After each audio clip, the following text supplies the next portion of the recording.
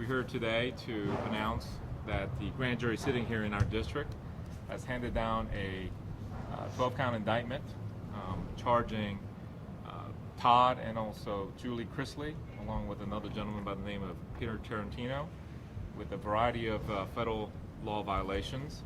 The indictment describes three general schemes and three conspiracy counts to describe them. One is conspiracy to commit bank fraud related to false document submissions to financial institutions. And then there are subsequent bank fraud charges. The second conspiracy relates to submitting false documentation to obtain a lease, commercial lease over in California. And last one is conspiracy to defraud the United States, which is in the form of avoiding taxes and failure to file tax returns. Just in general, the grand jury has alleged that both Mr. and Mrs. Chrisley committed bank fraud by submitting documents which contain inflated account balances, personal financial statements which were not accurate, and also false invoices and false audit work in order to obtain loans for a company that they used to manage called Chrisley's Asset Management. The funds, once they received through false pretenses, were dispersed to pay for, not for purposes of investing in property, but for other uses. I think the indictment also alleges some specific communications between co-conspirator A, who's not identified in the indictment, and between Mr. Chrisley.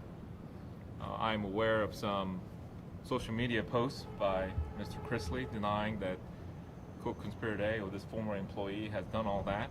If you read the indictment, the grand jury has alleged that Mr. Chrisley directed the falsifying or creation of false documents and directing the co-conspirator A to submit them for the banks. The conspiracy to commit wire fraud related to the lease is very interesting.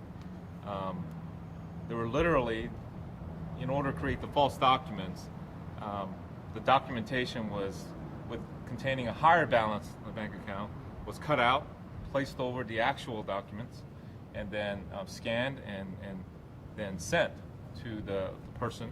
They relied on it, of course. They didn't have the balances that they claimed. As a result, the landlord didn't get paid in the rent.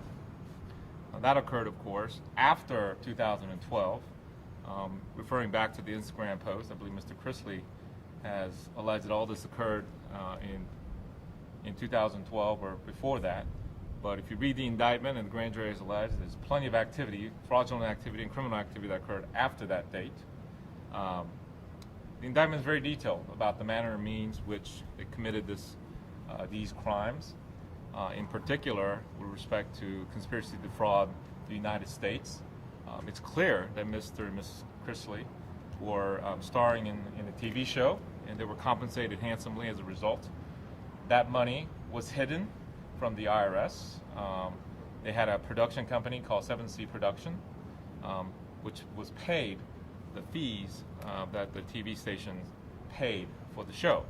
Of course, that was not declared as income in federal tax returns, and it showed zero balance. And Mr. Tarantino is alleged to have aided and abetted in that false filing and hiding of assets, and that's why he's indicted in counts 11 and 12. Did the Georgia State investigation prompt a federal probe, or what started all of this? I don't want to get into comment of things that are not in the public record. That's the point. Needless to say, we did receive information from a variety of sources, and we were aware of the state investigation as the Chrisleys. The Chrisleys live in Tennessee now, but I assume all the activity alleged in the indictment happened while they were living here in Georgia? That's correct. There was some activity that Chrisleys alleged that they were living in Florida, things like that, but the evidence, at least the grand jury, has alleged that they were Georgia residents, and that goes into the false statements made to the government in order to defraud or avoid taxes. What's the worst part of all of this to you? I think the worst part is kind of how long it went on, and given the fact that the grand jury has alleged detailed information about the activities of the Chrisleys and the fact that he is publicly denying it so far. We look for the day to prove all this in court. We're very confident in the evidence and grand jury is the same. I want to make note here, just because rich and you're on a TV show doesn't mean that the law is not going to come and get you when you commit a federal crime.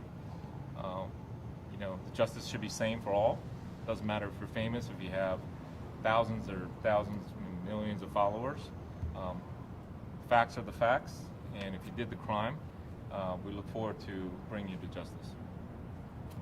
What kind of punishment is tied to these types of convictions, these types of charges? Well, some of these charges could you could be facing up to 30 years in federal prison, and there's multiple counts. Obviously, there's some statutes like the conspiracy to commit tax fraud against the United States is a general fraud statute, which is 5 years.